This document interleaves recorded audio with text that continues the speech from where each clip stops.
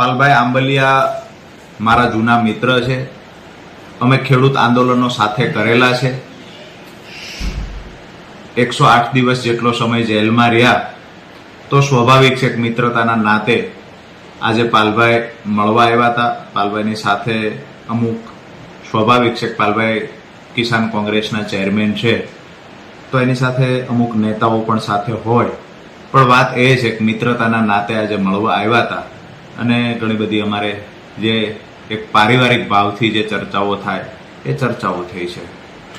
એવું પણ પાલભાઈ કીધું કે અમિત ચાવડા સહિતના નેતાઓ આપના સંપર્કમાં છે, શું કહેશો?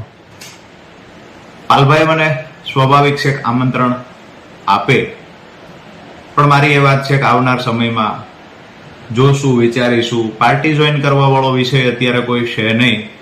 બસ આવ્યા, મિત્રતાના ભાવથી ચર્ચાઓ થઈ.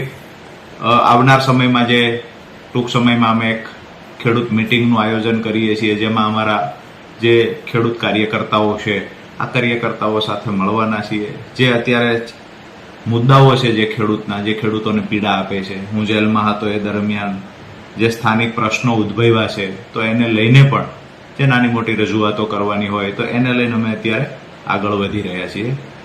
કોઈ રાજકીય પાર્ટીના આગેવાનો મળવા આવે સ્વાભાવિક છે, એમના તરફથી જે કોઈ વાત મૂકવામાં આવે, પણ પાલભાઈ તરફથી એક મિત્રતાના ભાવે ખબર અંતર પૂછવાની વાત હતી.